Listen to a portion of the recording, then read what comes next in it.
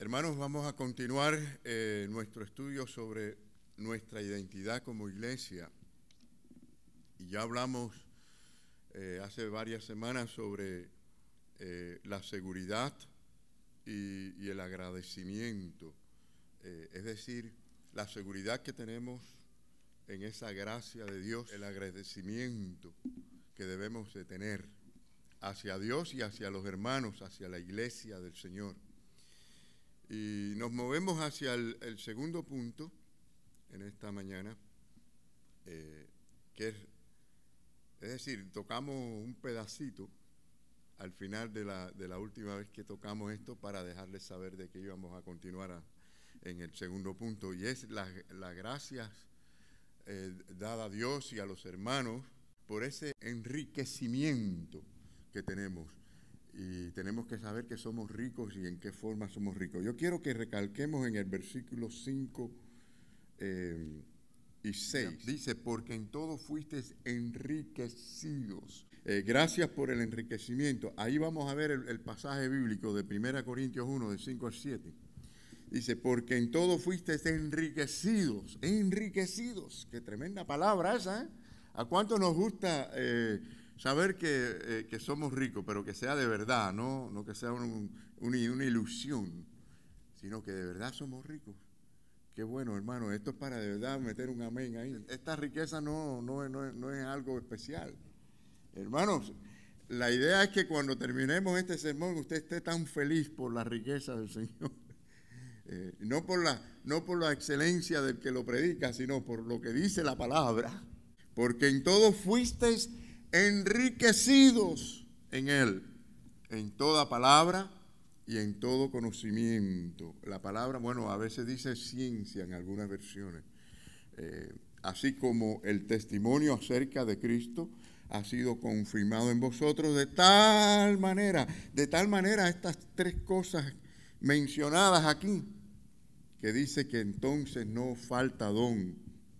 Dice, no falta en ningún don, esperando la manifestación de nuestro Señor Jesucristo. Así que, miren, claro que no está hablando de las riquezas materiales, ¿no?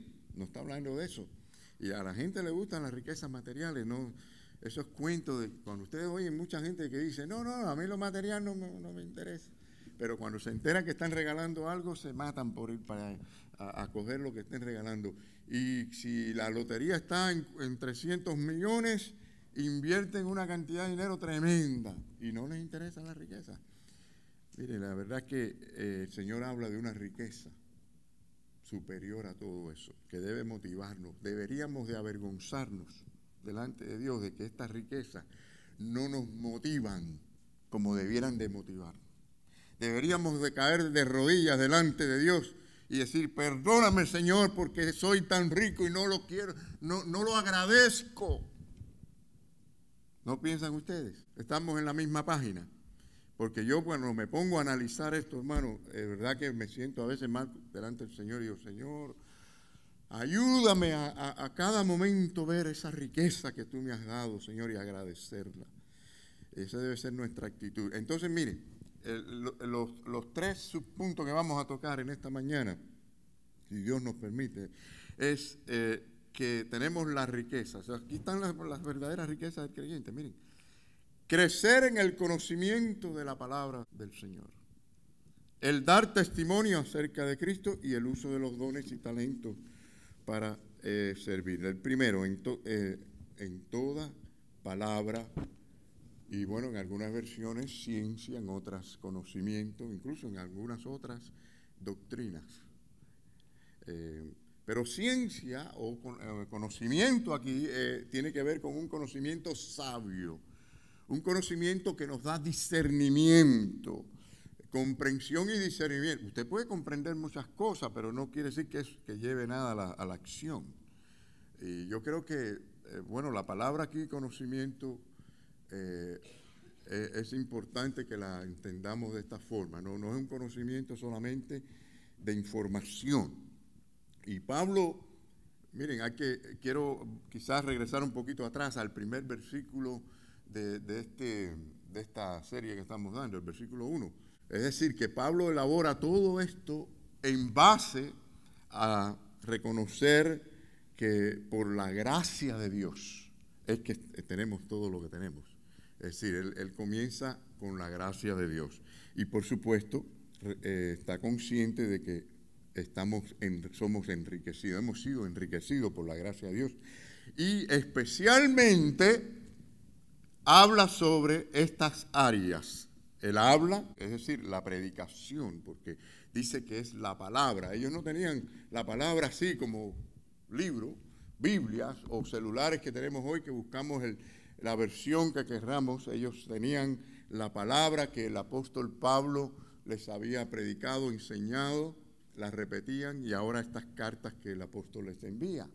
Pero era la palabra que recibían ellos constantemente en la prédica y el conocimiento que esto traía a ellos. Así que Pablo escoge, y no es así al azar, Pablo escoge este asunto de las riquezas de la predicación, de recibir la palabra, o sea, el conocimiento también, seguramente por el mal uso de estas cosas que después vamos a ver mucho más adelante en Primera de Corintios. Es decir, la iglesia de Corintios no supo después usar estas cosas y hubo problemas.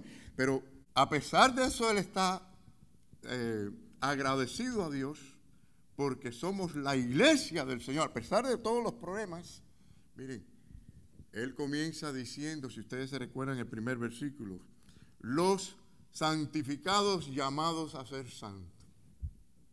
Él no llegó y con la idea, no, fulanito es mi hermano, el otro no es mi hermano, aquel es, aquel no es, aquel.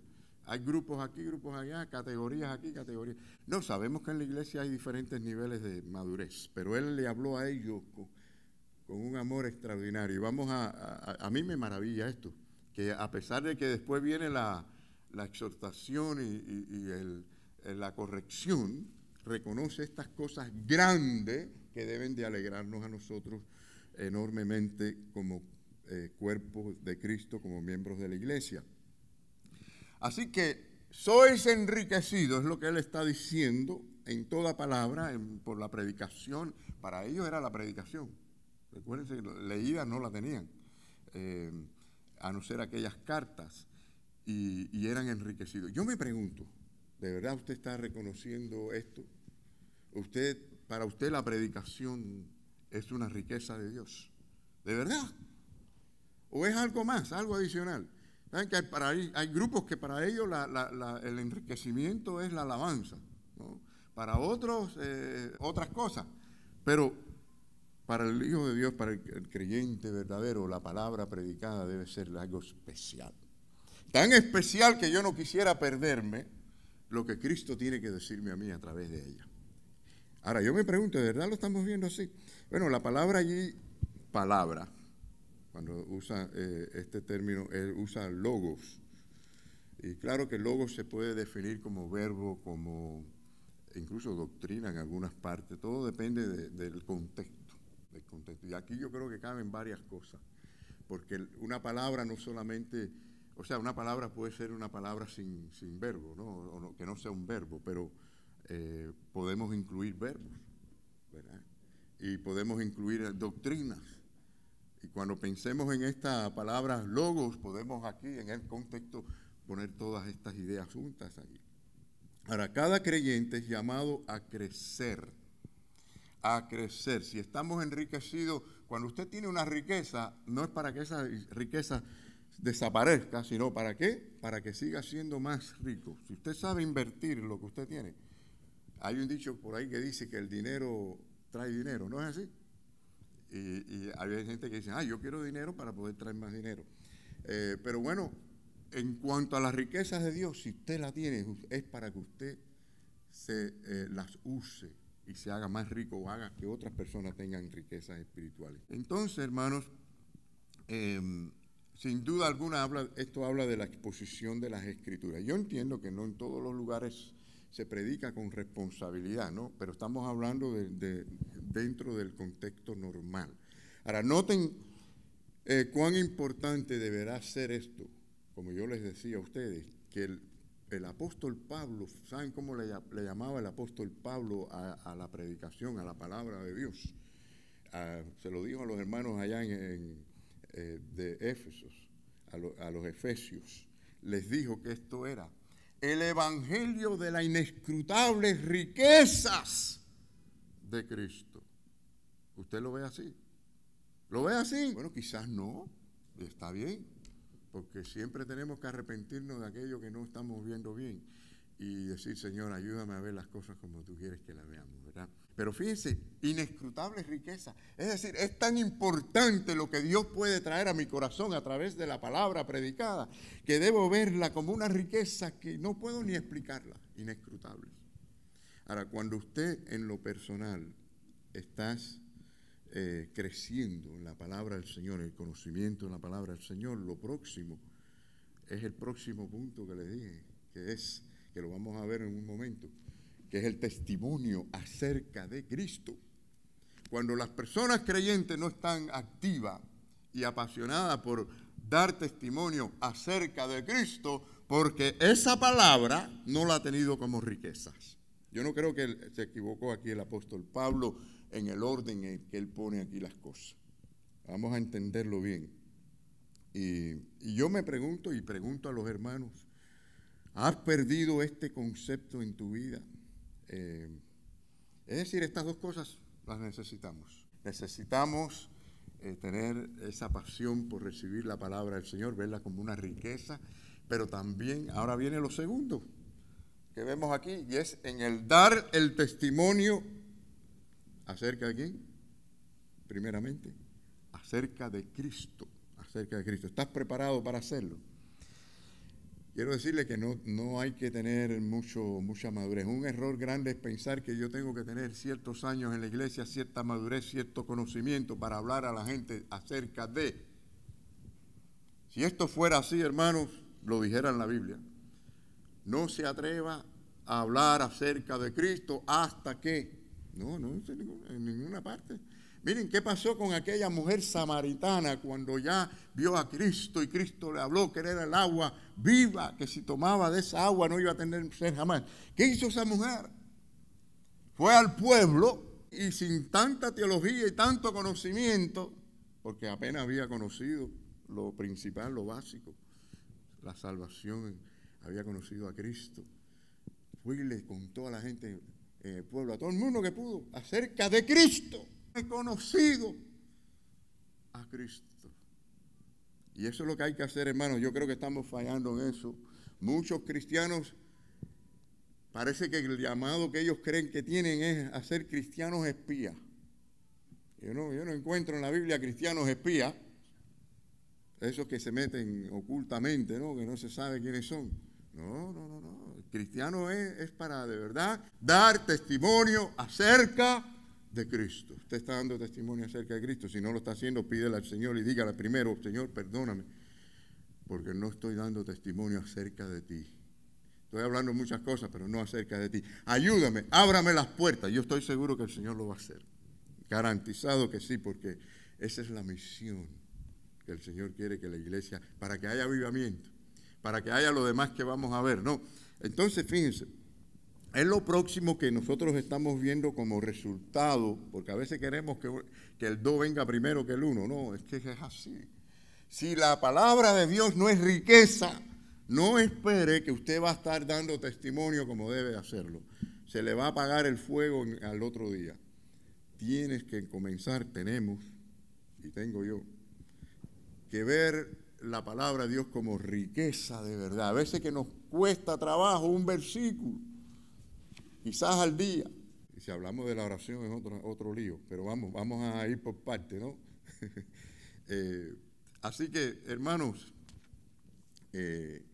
tenemos que compartir el Evangelio, de verdad que sí, es el testimonio acerca de Cristo, y tenemos que estar preparados. Es bueno que hay que crecer en esto. Fíjense que puse el ejemplo de la samaritana que apenas empezaba, pero hay que crecer en esto. Es decir, que a medida que usted lo hace, usted va conociendo más la palabra, con más conocimiento va a compartir acerca de Cristo y decir, la Biblia dice, aquí dice. Yo creo que en ese sentido, aquellos que llevamos un tiempo en el Evangelio debemos ser prácticamente unos expertos en presentar y hablar acerca de Cristo. ¿Lo está haciendo usted? Deje de huir o deje de esperar tener cierto nivel de santidad o nivel o posición en la iglesia. No, hágalo, porque es lo que el Señor quiere que nosotros hagamos. Quizás muchas de estas personas fallan en hacerlo porque primero no ven precisamente que la palabra de Dios es una riqueza para ellos, y por lo tanto no están alimentados, no están con ese entusiasmo que deben de tener, pero hay que abrir ese tesoro. Ese tesoro está ahí. Fíjense que dijo riquezas. Si usted quiere experimentar la riqueza del Señor, comience a abrir el tesoro, comience a recibir de ese tesoro, comience a recibir de esa palabra, comience a compartir con otros, que el tesoro va a empezar a sentirse enriquecido. No espere sentirlo primero, no, empiece a experimentarlo para que lo sientas de verdad en que eres rico, porque cuando usted le hable a alguien de Cristo, usted se va a sentir increíblemente bien. Una de las cosas que yo experimento todas las mañanas cuando voy al gimnasio y comparto de Cristo con la gente, hay sentimientos y hay alegría y hay gozo. Me siento tan bien por haberlo hecho. Es algo que no puedo explicarlos. Riquezas del Señor, porque compartimos. Y a lo mejor un vecino, a lo mejor en su trabajo, a lo mejor su jefe, a lo mejor alguien en la escuela, alguien que usted conoce, en algún lugar que usted va, a lo mejor va a hacer al mismo supermercado toda la semana y conoce al que está en la cajera, a quien sea. Y si no se atreve, pídeselo al Señor, háblale al Señor, que el Señor te va a ayudar. Así que Pablo, antes de señalar los problemas de la iglesia de Corintios, reconoce que estos eran sus hermanos, eran la iglesia, eran enriquecidos, y algo bueno que tenía Corinto, porque no todo era malo en Corinto, ¿no? Y no todos los que estaban allí en Corinto estaban haciendo las cosas indebidas, no, vamos a poner las cosas en sus lugares, porque a veces generalizamos, esa es nuestra especialidad, a veces generalizamos. Y decimos, oye, la iglesia de Corintios, eso era terrible. Bueno, había unos cuantos terribles, pero aquí habla de que eran enriquecidos en esto, recibían la palabra y daban testimonio acerca del Señor. Y eso es algo maravilloso que hay que reconocerlo.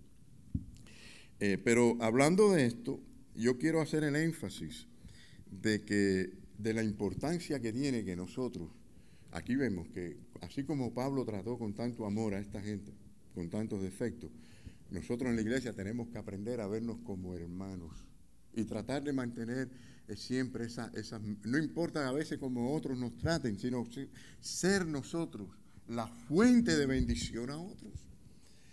Ahora, si usted viene a la iglesia a ver cómo se peló fulanito, cómo se peinó y qué zapatos trae, y si le pega la camisa con el pantalón, y si los espejuelos debería de cambiarlo, y si usted se empieza a fijar en todo ese tipo de cosas, usted no está aquí de verdad entendiendo el propósito de la iglesia, hermano. Estamos para bendecirnos unos a otros, ¿verdad? Y ver lo que es grande, el hecho de que nos veamos y podemos decir, este es un hermano lavado por la sangre de Cristo, y en tiempo y en espacio el Señor nos ha puesto juntos en el mismo lugar para adorarle. Eso es un privilegio, eso es una bendición, y debo agradecerlo a Dios. Entonces, miren, el grave problema a veces entre los seres humanos es el tema de las relaciones interpersonales. Yo sé que es un poco complejo esto, ¿no? Si lo vamos a profundizar, pero lo que quiero decir es que muchos fracasan en términos de relacionarse con otras personas, o sienten miedo, no sé, todo este tipo de cosas que pueden haber. Pero Pablo les vio como hermanos, y fíjense si es así, que él le dedicó a esa misma iglesia de Corintio, si ustedes leen la carta de 1 Corintios, le dedicó un capítulo, el capítulo 13, a hablar, ¿saben de qué? Del amor. Del amor. Que si fuéramos unos cuantos de nosotros, lo que hubiéramos dicho es, espérense que yo llegue allí con el hacha o con el machete. Voy a cortar cabeza allí que se va a acabar aquello. Pero el apóstol, a pesar de que señaló las faltas, habló del amor, de que se amasen. Y yo sé que es difícil, porque no todo el mundo es amable, no todo el mundo es igual, ¿sí o no? Vamos a reconocerlo, no todo el mundo es igual, y no todo el mundo es fácil de amar, y a veces no nos entendemos, o no entendemos por qué ciertas cosas, ¿no? Pero es un mandamiento del Señor amar a Dios y amar a los hermanos. No importa las faltas. Si tenemos que disciplinar, disciplinamos. Si tenemos que con amor corregir, ¿verdad? Bueno, la palabra de Dios nos corrige. Fíjense si la palabra de Dios es importante. Primero nos corrige a nosotros, pero también podemos ayudar a otros con ella, ¿no? Pero así que el apóstol Pablo mostró gratitud. Leemos allí 1 Corintios, empezamos por los primeros versículos, y el versículo 4, donde estamos hoy, vemos la gratitud del apóstol por estos hermanos. Y claro, luego se movió más adelante en la carta a reprenderlos y a corregirlos. Pero es muy importante, hermanos, porque miren, el conocimiento sin el amor, ¿qué es lo que hace eso? Enaltece. El conocimiento sin el amor le hace a usted ser una persona orgullosa. Es terrible eso. ¿No ha hablado con alguien alguna vez que tiene mucho conocimiento y ningún amor? Qué terrible es eso. Pero también es terrible hablar con una persona que sea todo amor y no tenga ningún conocimiento. Entonces es bueno un balance, ¿no? Es bueno el conocimiento, pero hay que también amar. Y amar no es, según la definición del mundo, sentimiento. La gente ama según me siento, según me hacen. Si me saluda, lo saludo. Si no, eso no es amor, eso no tiene nada que ver con amor. Eso sería actuar con egoísmo, con egocentrismo. El que ama, ama, porque el amor está allí y no puede hacer otra cosa que amar. Y eso es bueno que lo sepan los matrimonios bien claros, ¿saben? Porque algunas veces dicen, ay, yo antes amaba a mi esposo, o antes amaba a mi esposa. ¿Cómo? Antes y ahora no. El amor es decisivo, el verdadero amor es decisivo. Dios decidió amarnos, a pesar de que nos vio pecadores, sucios, con todas las faltas, decidió amarnos. Entonces el verdadero amor es algo que usted decide. No espere que le caiga del cielo un sentimiento lindo. Por eso hay gente que no hacen nada con el amor, porque dicen, ay, no tengo amor, y se lo piden. Y Dios dice en su palabra, en Romanos 5, que ya Él derramó su amor en nuestros corazones. Entonces no pidamos algo que ya tenemos, lo que hay que ponerlo en práctica y entender cómo esto funciona, y por eso vamos a ver quizás más adelante 1 Corintios 13. Pero ya vemos aquí que la importancia, en primer lugar dijimos, de la palabra de Dios y la importancia de compartir el Evangelio, de dar testimonio acerca de Cristo. También podemos añadir a esto que no debemos cohibirnos de dar testimonio acerca de lo que Cristo está haciendo en nosotros. O sea, usted habla de Cristo, pero usted puede hablar también de lo que Cristo está haciendo en nosotros. Cristo me ha bendecido, me bendijo en esto, en aquello. ¿No creen ustedes que esto es importante? Y a veces entre hermanos no oímos testimonio, entonces es como si, ¿qué está haciendo Cristo en la iglesia? Miren, el Señor me sacó de este vicio. El Señor me ayudó con mi mal carácter. ¿Cuántas veces usted oye este tipo de testimonio? No lo oímos. No lo oímos. A veces yo me pregunto, ¿nos está cambiando el Señor? ¿Qué es lo que pasa? Es decir, estas cosas miren, estas cosas no ocurren porque alguien reprenda a un demonio. Estas cosas ocurren porque lo que dijimos al principio, la palabra del Señor en nosotros, y porque hay un crecimiento en la vida espiritual. Entonces comenzamos a cambiar. El Señor nos cambia, porque de eso se trata. El testimonio suyo de lo que Cristo ha hecho en usted no es que le dio un carro del año, que le dio más dinero, porque a veces que la gente basa en el testimonio nada más que en eso. El cambio que me ha hecho en mi vida. Es decir, hay que testificar estas cosas, como que usted diga, por ejemplo, el Señor me ha hecho más consciente de mi egoísmo. Ya eso es una bendición, porque no hay cosa peor que tener una enfermedad y no sentir los síntomas. Pero cuando usted sabe que tiene un problema y lo ve, eso ya es un paso. Y cuando usted dice, de verdad que el Señor me ha mostrado que soy egoísta y ahora me ayuda con mi terrible orgullo, eso es un testimonio. Y imagínense que no tengamos en la iglesia testimonio. ¿Qué está pasando? Hay que tener estos testimonios. O sea que si tenemos el testimonio, como yo dije, acerca de Cristo, y para eso no hay que tener la madurez y el crecimiento, desde el principio podemos, ¿verdad? Pero también a medida que el Señor va cambiando, va transformando, podemos dar estos testimonios. Usted puede decir, yo no podía soportar a fulano. Y eso pasa. ¿Pasa o no pasa? Ay, no soporto a fulano. Le pasa a casi todos los seres humanos. No soportaba a fulano y ahora lo amo a pesar de que no estoy de acuerdo con algunas de sus ideas o sus cosas. El Señor me ha ayudado en eso. Eso es un testimonio. Y siempre estaba celoso y envidioso y el Señor me libró de esa prisión, aunque estoy consciente de esa lucha diaria en mí. Eso es un testimonio. Decir, yo era una persona que menospreciaba, no que despreciaba, pero menospreciaba a cualquier persona que tenía y tenía respuestas negativas para ellas, especialmente si no me caían muy bien. Y ahora el Señor me usa más bien para alentar, para apreciar, para bendecir y guiar a esas personas, aun cuando no son muy amables conmigo. Eso es un testimonio. Pero ¿qué pasa? ¿No los tenemos? ¿O no es que no estamos enfocados en eso? Lo que es muy fácil es mirar las faltas que hay en otras personas y no la nuestra. ¿No es así, hermano?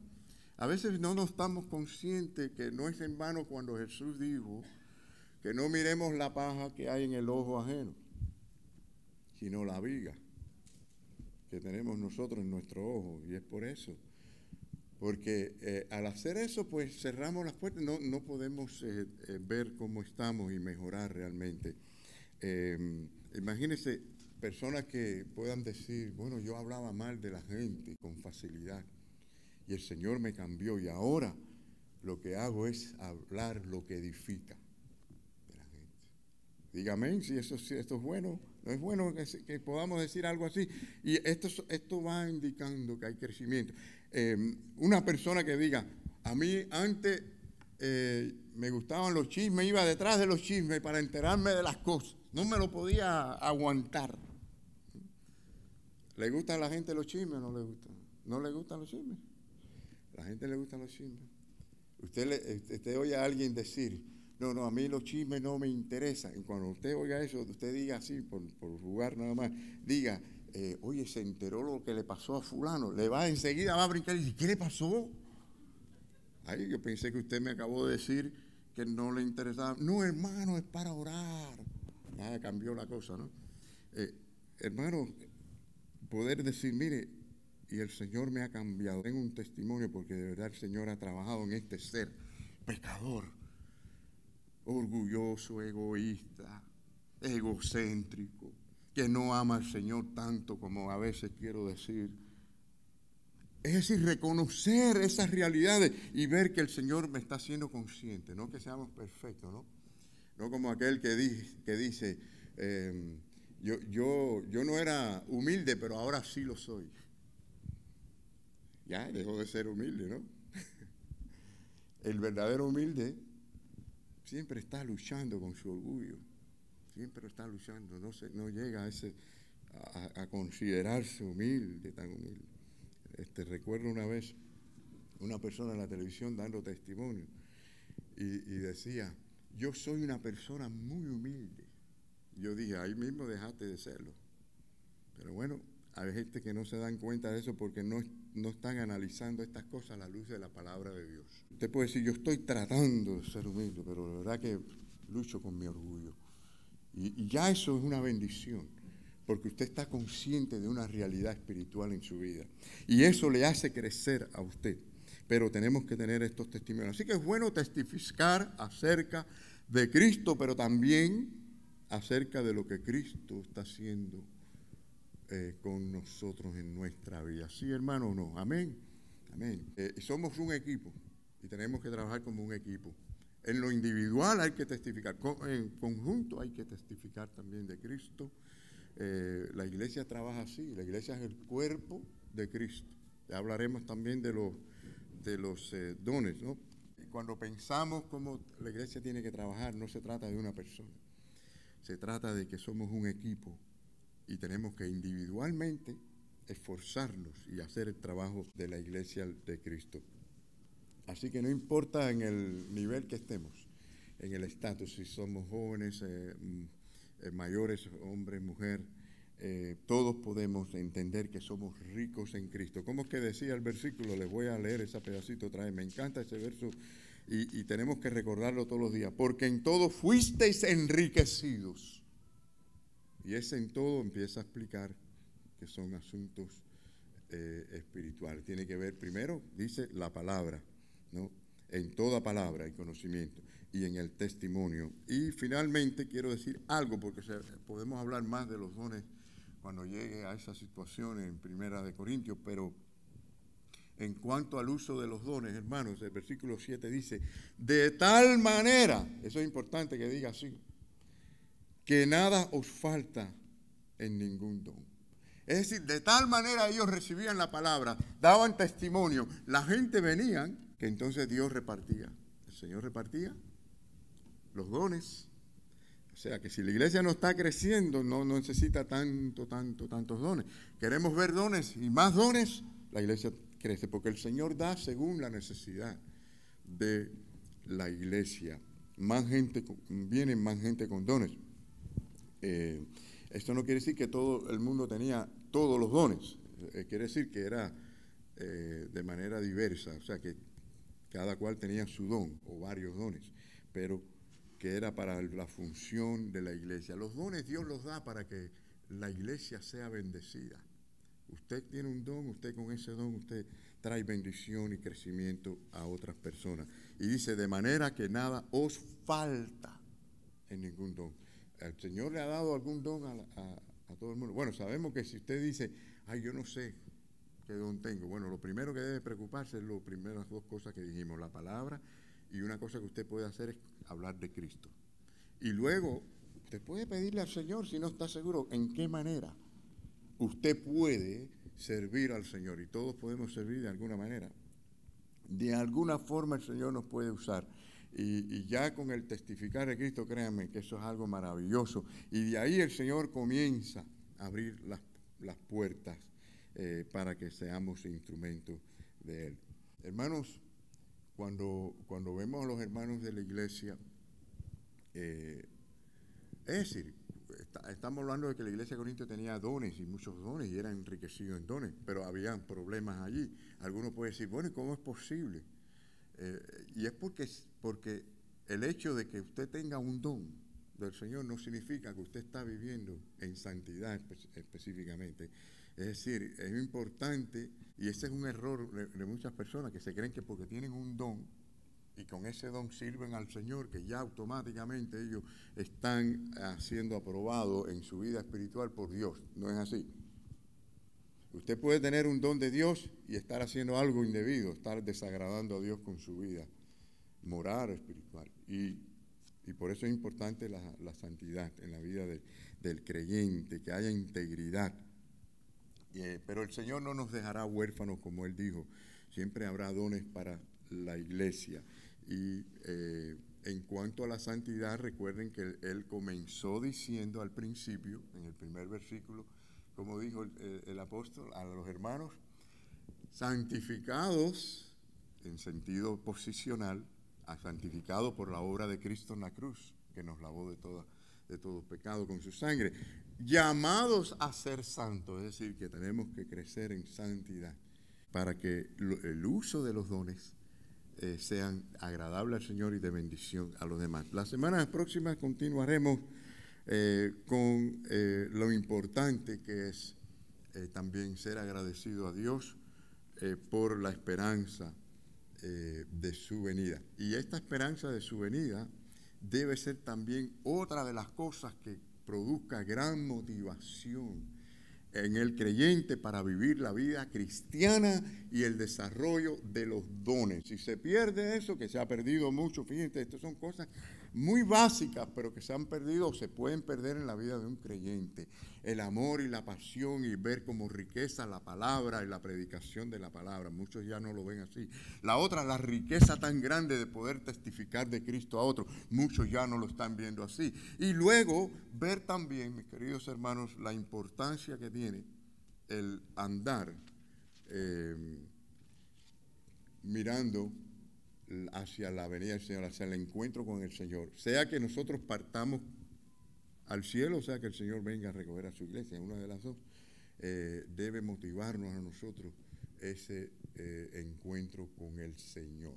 Porque eso nos hace conscientes de que nosotros estamos sirviéndole a Él, trabajando para el Señor, y que el Señor pedirá cuenta de todo lo que hemos hecho con aquello que Él ha puesto en nuestras manos. Y queremos oír que el Señor nos diga, buen siervo, en lo poco me fuiste fiel y en lo mucho te pondré.